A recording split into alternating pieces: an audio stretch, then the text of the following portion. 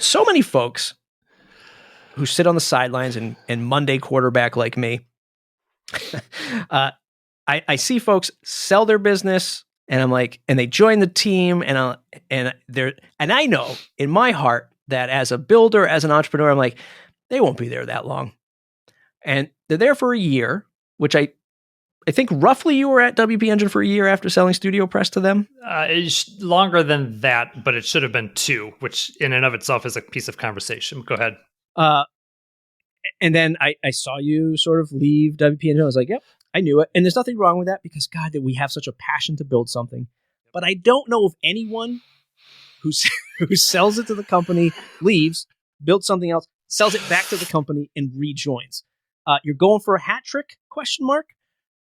No. No. And in fact, it's funny. You are the only person who, with the exception of Paul Lacey, who had months ago made a kind of comment about that, you're the only person in this round, when I got hired and when Frost was acquired, to actually have pointed that out. And of course, I took that bait, and this is why we're on the show today. But I talked to our PR team, and I was like, look, this is just something that could be a thing that people might talk about or in this context. And surprisingly, and that's fine, because it really was a no news event this time around. So I didn't, I was just like, okay, what are the possible negative reactions people might have to something like this? And I was like, that's about the only thing I can come up with. Well, people may point out that this happened, and whatever, it's all good. Everyone's happy. You've built a lot of stuff, from digital products to courses to ebooks to blogs to email lists and newsletters, like all things that were in some form or fashion a business, a micro business. When I saw you go back to WP Engine and they had acquired Frost, in my head I started to think, you know what? These, and this is my words, not yours, and I hope it doesn't offend you, but these micro products are almost like a fantastic calling card to get an awesome gig, right? Had it not been you, but somebody else in this position could be like, I built an awesome little product. And sometimes the weight of that is like, oh God, I gotta market it, I gotta sell it, I gotta promote it, I gotta support it, I gotta take over the world. But then sometimes it's like, no, I can actually use this in place of a resume and get an awesome job somewhere. Is that a fair statement? I would think so. I don't think that necessarily applies to everybody. I mean, we know right now, Matt, that the competitive landscape in WordPress is off the charts, especially in light of the behemoths. And we're one of them, right? WP Engine, GoDaddy, Liquid Web, all those. It's really difficult to, and I'll conversely make a counter argument here after this. It's very difficult to like create and launch something new and have it be successful and widely adopted and so on. Now, conversely, like I was saying, that is also, if you have the idea, something really, really brilliant that really solves a problem that catches a lot of users and stuff like that, then it becomes, because of aforementioned behemoths, a very interesting acquisition piece, right? Go to Liquid Web. They've bought a lot of things lately. None of them have been, well, that's not true. Some have been larger, right? iThemes and so on. And then some of them are just like smaller pieces that kind of fill a niche that allow them to use their sort of, their abilities to reach and build and support, from an infrastructure standpoint, a subset of people. And so it can work. It can be, I wouldn't necessarily say that should be someone's business plan. Just given my tenure in the industry and the success I've had, it's been helpful to have that sort of be true. Pieces in place. So when you come to a WP Engine, you experience WordPress this way. You go to Liquid Web, you experience it that way. Is that something that you see as holding true in the year 2022? 100%. I think we see it on several levels, and even outside of the WordPress market, just the sort of the consolidation, the platform building. I mean, GoDaddy sold domains back in the day. Then they went to hosting. And then when they realized that the people who are buying those things would buy other things or are doing other things, then all of a sudden they're an email marketing company. And then, WordPress explodes. Now we're going to be a WordPress hosting email, So yes, it makes sense. And, everyone's good at what they do. And when you really find what you're great at, then you sort of, I wouldn't say exploit, but then you really sort of double down on that by looking around in the space and saying, hey, are there products that align with what we're trying to do? And is it better for us to acquire those products because it takes us less time to build? We can go right to market. We can, there's an existing audience, as Studio Press was a huge audience that WP Engine picked up, and things like that. So yeah, I would say that's a fair statement.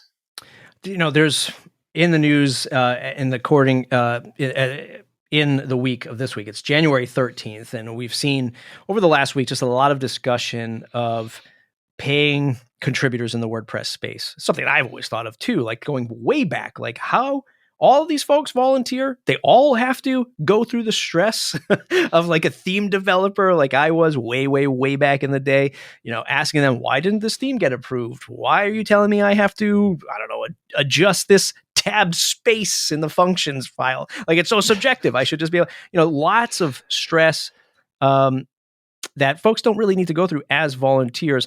Now resurfacing again, how to get people paid. I think hosting companies are in a good position since they're all, winning off of the back of WordPress. Mm-hmm. That there could be something there, more sponsored contributions, more ways to. It doesn't maybe always have to be about payments. It could be about featuring or highlighting or spotlighting folks, because not everybody wants to make money off their volunteerism with WordPress. Are there any efforts, or maybe WP Engine contributing more to core with paid positions, let's say? Is that kind of a topic fall under principal developer advocate at WP Engine? Are those the kinds of things you hear in field for the company? Yes. WP Engine did not hire me so that I could go write code for WordPress. Let's be clear about that. Damn. They did, however, hire me because of my expertise, my tenure in the field, my ability to understand the value that I could bring through the WordPress and WP Engine sort of relationship. And as part of the leeway and the latitude I've been given to go do, quote, my thing, I brought on Nick Diego, who is an engineer, and I learned and he actually was supposed to backfill me with Frost before the acquisition. Frost was going to be a side project, and because of my job, I brought in Nick to help sort of carry the load until I realized how much Nick and I aligned and what a resource he could be. And so I made the recommendation that we hire him as part of developer relations so that we could do the very thing, right?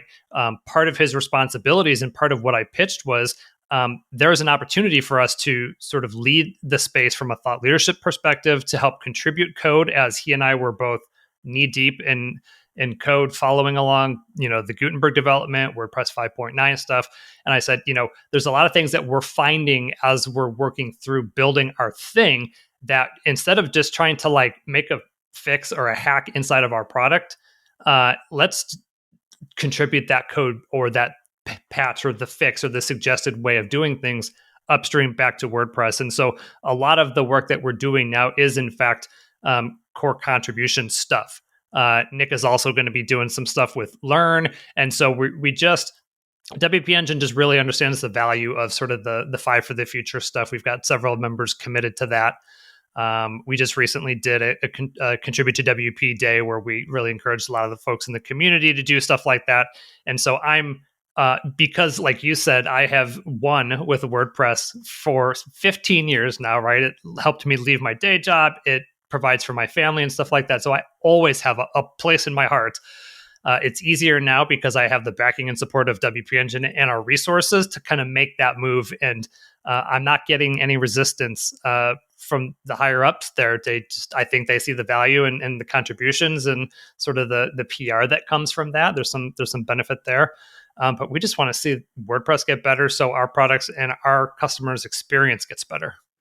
How does Frost fold into, speaking of customer experience, how does Frost fold into the existing suite of softwares that you sold them, Studio Press? How does that merge?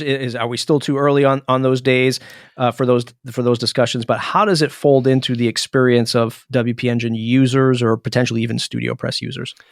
So let me give some context. So this past summer, after sort of a failed attempt at doing something in the real estate space, I came across an article that was written by Justin Tadlock on WP Tavern. And in that article, he was talking about block patterns. And this is sort of as like the patterns kind of were hitting their infancy, and they talk about there being a pattern directory and stuff like that. I've obviously followed WordPress even while I was sort of quote away doing some things with real estate, but I was like, okay, we sold StudioPress in part because I had no idea what the future of WordPress was going to be, right? That was part of the reason. We just didn't have the resources. We weren't sure. We didn't want to compete. And so we sold that. Um,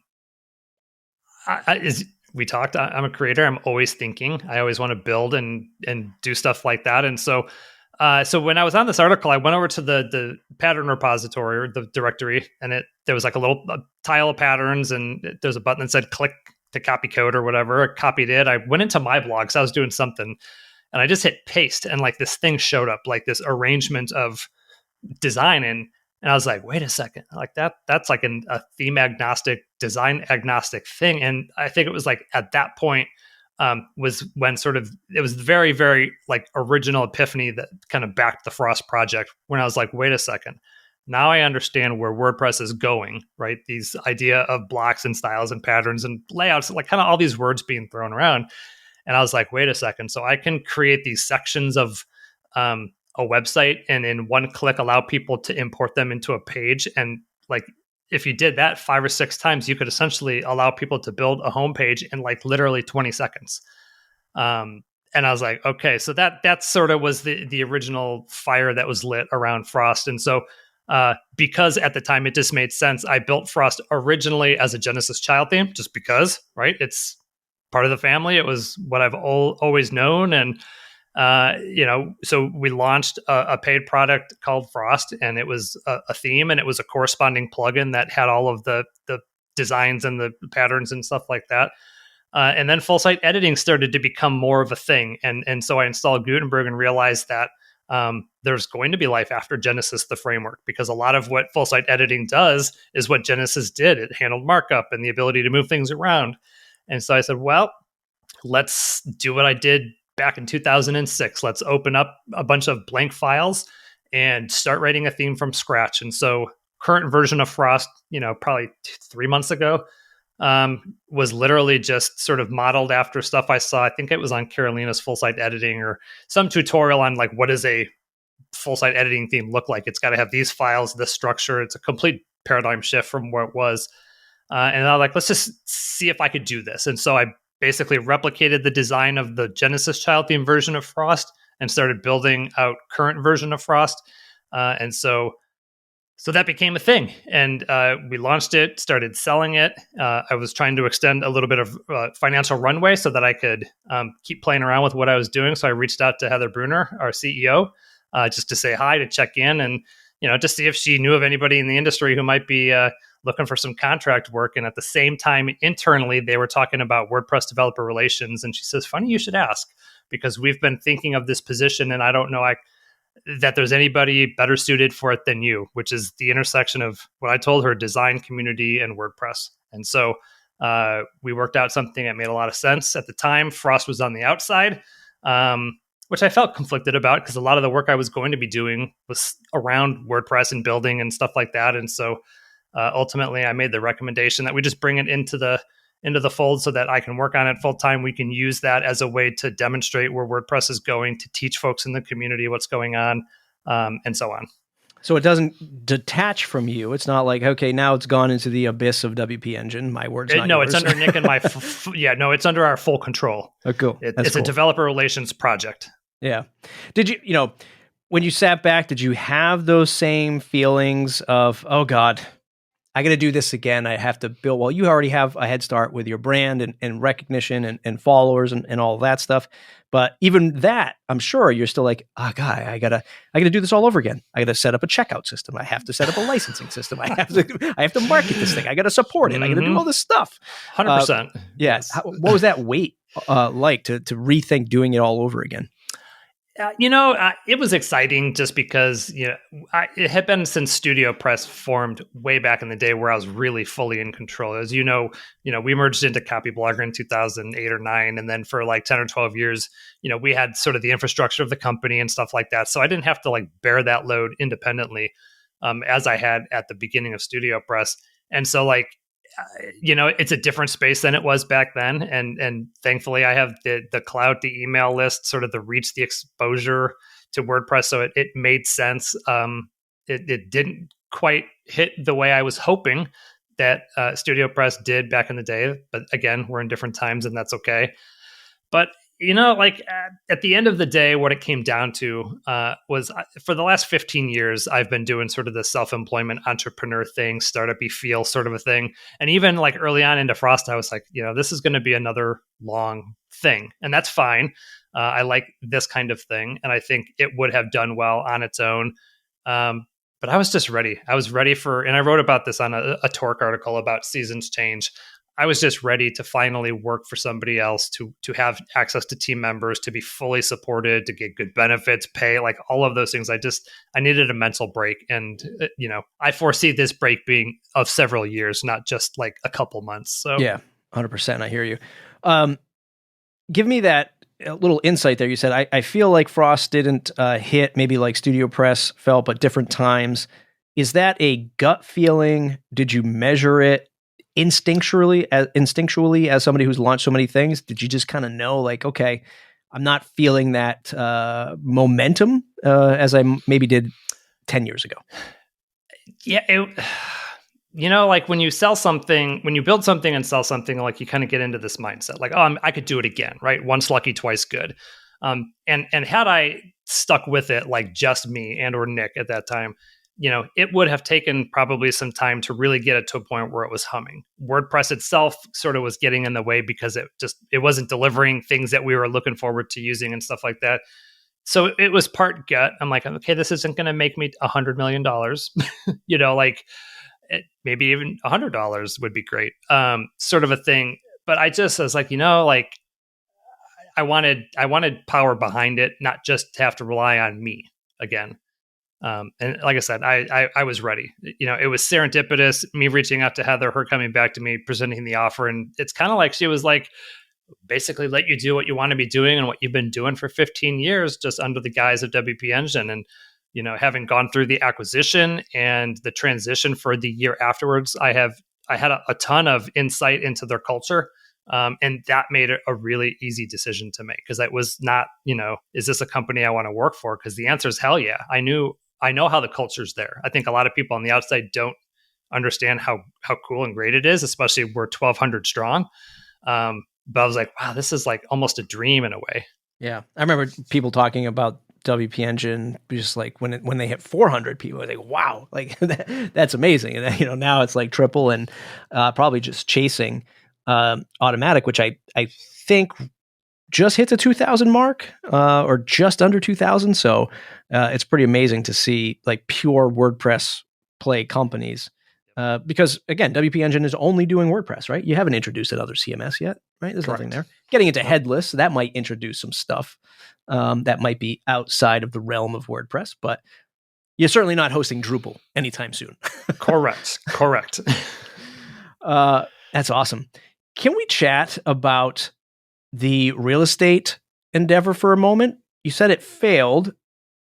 Anything that you can point to as to maybe why, wrong time, global pandemic? What was going on with that real estate endeavor of yours, and why did you decide to just exit it? So I've always been interested in real estate. We've bought and sold houses over the years, probably 10 over the last 20 years. And Agent Press, which you may remember, was a thing that we did at Copyblogger for a few years. So we dabbled in it, and I realized just how bad design and marketing is in that space, generally speaking, Compass being the exception, and maybe a few others. And so I was like, okay, well, through the years, I've made several relationships with people sort of higher up in the real estate industry. So I knew I'd kind of have like an easy launch pad, right? Like I get design, I could build it on WordPress. I've got some spokespeople, people who could sort of be advisors to the company who are, experienced in Zillow and all that kind of stuff. And then the pandemic hit. And what happened really was probably a couple of things. One, it probably just wasn't built and packaged the right way. But number two, real estate agents got really, really busy because of the housing market. They everyone you would follow, I have 36 offers today. Like nobody has time or at the time, they didn't feel the need to have a website because their business was exploding. I don't have time for a website. I'm standing in line at open houses. Like, and the sad thing is, like, in 6 months or a year, whenever the housing market comes back to earth, then they'll need it. Then they'll be like, Yeah. oh crap, because now you've got a bunch of new agents, people who jumped into the market because of all of what was going on. So then like the demand will go down, but like the supply of agents then is there, and so there's more competition. But I was like, I don't have time to weather all of that. And then Frost kind of came up, and things with Agent Engine just kind of weren't really doing its thing. And I was like, I was okay with that. It was a good college try. Because it was more agency experience than just a product, right? Because you were No, it was more product based. It was more okay. what we call digital spaces, where we sort of built Jason Schuler of WordPress fame. Sort of built this profile management system, which I thought was really going to take off with like associations or brokerages that had teams of people that wanted to sort of showcase them individually. Like the idea on paper was really, really good. I think we just poorly executed at the wrong time. So, but I'm okay with that. Like lessons learned, right? We're here where we are. Yeah. Yeah. I tell you, it's what an interesting time because you had real estate agents who, probably whatever, maybe not immediate at the pandemic hitting, but a couple months in, just the fish were jumping into the boat. You didn't even have to cast a line. Yeah. Right? And they're like, website. I don't have time for a website. But then you had this whole range on an opposite end of an industry, restaurants, who are like, oh, we never launched that website. And now we have to do takeout 100% of the time. I know I haven't been in my data.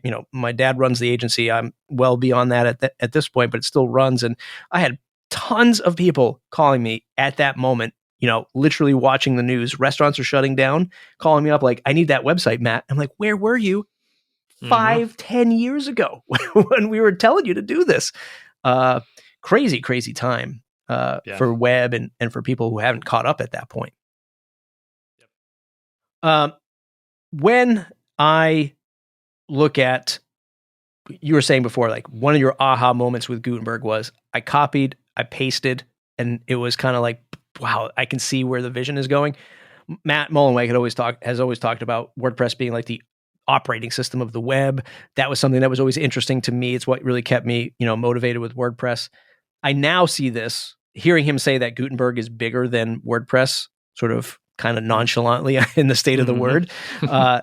I kind of see maybe that same thing of fusing like the operating system with code. So Genesis, Studio Press, I remember back in the day, you're building it all through the functions PHP file. I can imagine a world where now you're just copy pasting snippets of code, like the query blocks and stuff like that, pre-queried for you, like all the code's there, boom, copy, paste it. And now I'm developing, air quotes to the listener who's only listening to audio, I'm developing by copying and pasting snippets of code and dropping blocks in.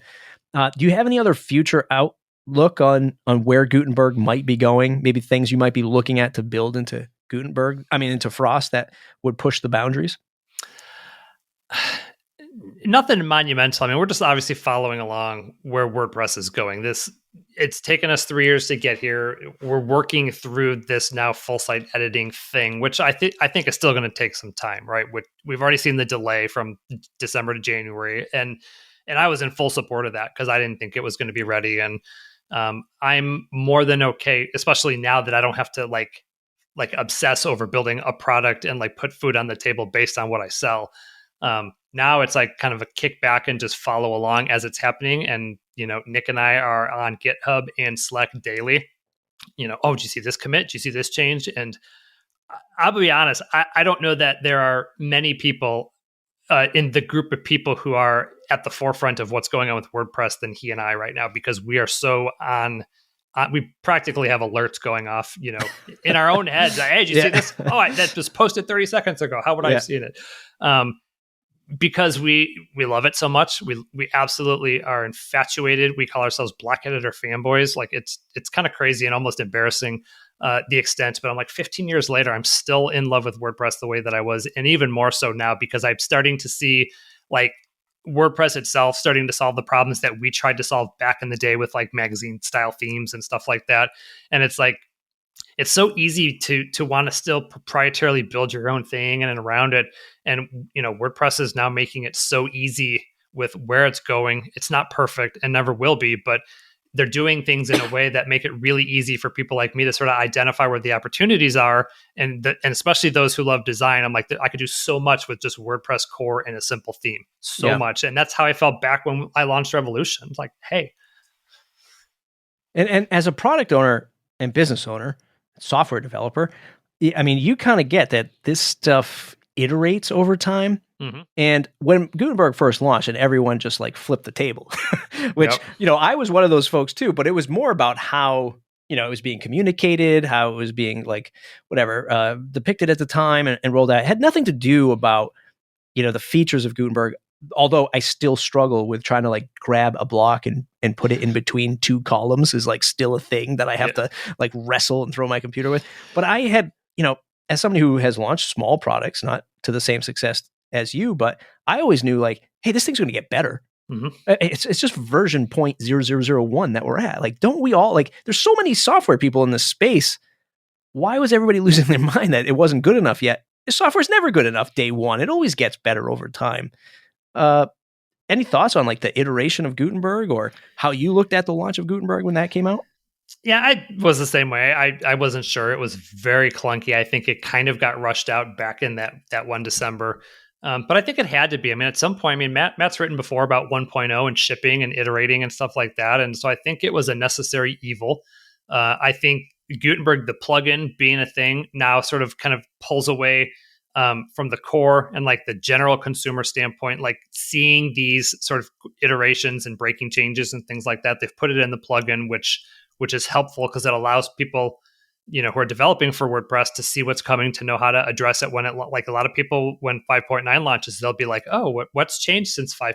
Well, like, oh my God, if you even knew, like so much has changed, but like, we'll be ready for it. Like Frost will be 100% production ready when it is already, but when 5.9 ships, we'll be fully taking advantage of all the things because we've been on the Gutenberg daily trail ever since then. But speaking of Sarah McLachlan, one of the 11 tweets I've favorited in my 15 years of Twitter was her response. She did Ask Me Anything, and I said, what's your favorite quote?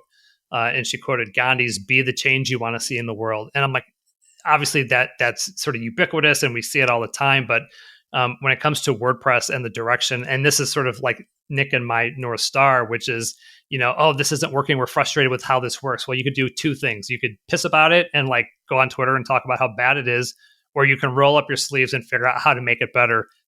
And that is a lot of what we're doing with developer relations at WP Engine. We're teaming up with people on Automatic side, we're other people's sides. Rich Tabor is a good friend, and we're trying to figure out how do we, universalize some things and just like really be that change. And we hope not only will that make WordPress better, maybe some of the people on the sidelines, these Monday quarterbacks, as you call them, maybe they'll say, hey, maybe there's something to like this approach that they're taking, and maybe it's less about dogging the platform that helped us win and helping it win for others and stuff like that. Yeah, I can tell you that the one thing that I am sort of afraid of is just the pollution, I guess, of the block directory and what that potentially leads to in a customer's. I say customer. I'm thinking I have an agency on my mind, but thinking if you're logging into somebody's website who's not a WordPress aficionado, and then just seeing like, you have 1,000 plugins installed. What's wrong with you? I could see that same thing happening with like the block directory, especially some of the things I'm already starting to see where product companies are starting to inject their icon into like, I don't know I'll call it the taskbar. I don't know what the official WordPress name is for that tray that sits above the editor, where you can expand in different. And then like I installed a couple themes the other day on one of my test sites, and it was just like, it looked like the bottom of my Windows machine, like all these icons. I'm like, oh, Christ, here we go again. Like, I don't want this. I can see some people doing like animated GIFs now. And I'm like, oh, come on. Like, this is bad enough. Notifications are already bad enough. Are those types of things that you hope to maybe standardize across other product companies? Is there like an official place you start to document this kind of thing to get everybody together? Or in a perfect world, is there a place you'd like to have for folks to rally around these types of things? Good question. we are guilty of that. Nick built a block pattern explorer plugin that adds a very I think we just recycled one of the core icon components that are part of WordPress. So again, we're not trying to do anything proprietary. So we've created a block pattern explorer that very much is maybe inspired what WordPress itself did in core, and we're looking to sort of expand on that and use that sort of in an experimental sense to help inform how things work, how it can be used, and then to take the things that we're building and push them upstream into WordPress via pull requests. And so, we are trying to, again, it's easy because for us, it's not a product that will WP Engine over any kind of metric. Like this was sort of brought in with the intent of, it's not going to make any money. Just use this to help go and grow and do all these things. And so, we've always, back when Nathan Rice and I built Genesis, like we always sort of defaulted to WordPress core practices and standards and design and UX and all that kind of stuff. And so it's just innate at this point for whatever we're working on to not be like a blinking marquee across an admin notice thing. But I understand that it happens and why it happens. And, I think WordPress adding more capabilities to the core software kind of, to be perfectly honest, it knocks out the need for a lot of things, some of the block libraries that exist and things like that. Like WordPress now has that in core. So like, I'm hoping to like, as WordPress gets stronger with functionality, that some of the needs to do what you said won't be there. And I don't know if that answers the question, but are you happy to see the customizer die? 1000%. I hated it from day one. I know we did some stuff with it and Studio Press. I was never a part of that because I refused. I've used it for a few things like custom CSS when I was in an emergency or, header footer script kind of stuff. But like, I hated it. I never liked it. I'm thrilled. Yeah. That was a wrong bet that I made with a product I used to produce called Conductor, because, you try to skate towards the puck, to use another sports analogy. And yep. I remember when I think it was WordCamp US in Philadelphia. I forget what year it was, but I just remember at that point, like, is probably like when the customizer was being framed as this is the future. And because it was front end editing, visually anyway, it's bringing you to the front end of the website. And I remember Scott and I, my developer, sitting down and just be like, okay, skate towards that puck. Let's just start like cramming everything into the customizer. And it was just battle, wrestle. And we were just like, keep doing it. It's going to be the future. It's going to get better. And it never got better. And here we are with Gutenberg. Yep. Oh, God. Amazing times. Brian, what would help you in your role at WP Engine? Call to action. Where can folks find you to connect with you, to help the cause, to join you at WP Engine? Anything, anywhere you want to point people to? Yes. Twitter is probably the place I'm most active and most available. At Gardner. You could put that in the show notes if you want. Tweet me, follow me, DM me, whatever. Twitter is usually where we hang out. I'm on Instagram, but that's more personal Starbucks shots and, baseball things. So that's less interesting to people in the space. Might not be tweeting about baseball this year. Yeah, no kidding. I'm on LinkedIn. I think it's bgardner27. I was late to that party, so I didn't get the handle I wanted. But Twitter's the place. I'm periodically junking around at briangardner.com, actually working on a new design, kind of using that as a sandbox. I don't believe it. Yes. Oops, I'm doing it again was always sort of the tweet. When you saw that tweet, I redesigned it. And so I've trained people to never ever think that there's going to be the same design as was there the last time. But that's how products get built, because I use my own site as a sandbox. So, but yeah, Twitter's the best place. I mean, obviously, I work for WP Engine. We're always looking to build our team, not necessarily developer relations quite yet, but I know the Genesis team is hiring for an engineering person, and just whether it's support. I mean, we see a number of people come up through the Genesis community who are now working there. Lots of rock stars. Like, it's just a great place. So if you're a WordPress person and you're looking for a job, hit me up on Twitter and I'll see if there's something that's, we're always hiring great people. I think David Vogelpohl once said, we don't hire something to the effect of we don't hire qualified people, we hire great people. Like it kind of just works itself out that way. So, or we don't hire. I can't remember what he said. I don't want to mess up that quote, but it was really, really good. And I was like, wow, that's really cool. So insert good quote here. Pretty much. Yes. MattReport.com, MattReport.com/subscribe. Join the mailing list. Number one way to stay connected. If you want to support independent WordPress content like this, buymeacoffee.com/MattReport. Not only do you support the show, you can join as a member for $79 a year and get access to the private Discord and join our merry band of WordPress newsies. We chat about the WordPress news. It goes out every Wednesday. 5 minutes. It's your favorite 5 minutes of WordPress over on the WPminute.com. Check it out. Join the Discord. Get your name heard in the credits of the show. Talk about WordPress news. It's fun stuff. Thanks for hanging out today, Brian. I'll see everyone else in the next episode.